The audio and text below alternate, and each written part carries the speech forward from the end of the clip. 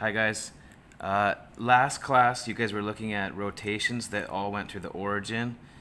We made tables and we discovered some relationships between the coordinates when we were rotating through the origin.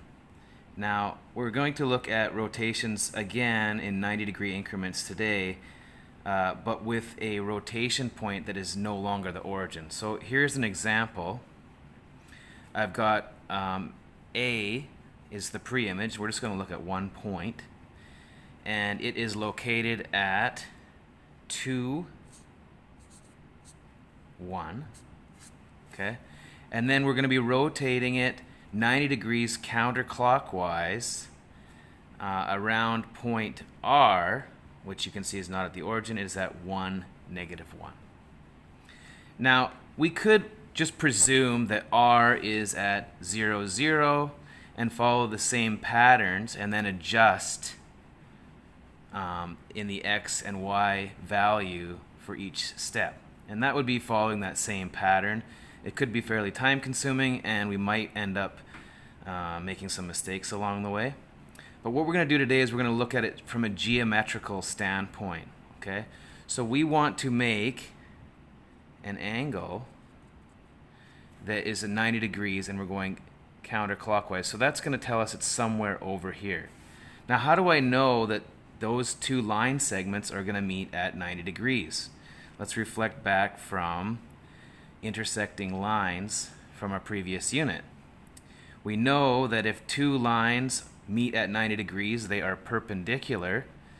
And we also know that perpendicular lines have slopes that are the negative reciprocals of each other. So what we need to do is decide or determine what is the slope of this line segment RA. Okay, so the slope of RA, so rise over run, so I'm going to count rise here, 1 unit, 2, and then the run is 1. So the slope is 2. Now, we're looking for A prime, which is perpendicular. It's going to make a line that's perpendicular to RA. We know that the slope, so the slope perpendicular is going to equal to -1/2. So essentially the rise becomes the run. And it's in the opposite direction, so it's a negative slope. Okay, so let's look at that. We have R here, and so the rise is 1, so we go up 1, and then to the left, 1, 2. Obviously, we're not going to go the other direction because we were trying to rotate counterclockwise. Okay, so now we have our point there. It looks like a 90-degree angle. Now, we also need to know that this is equidistant from the point. Okay, so if we were using a compass, we could draw a circle here.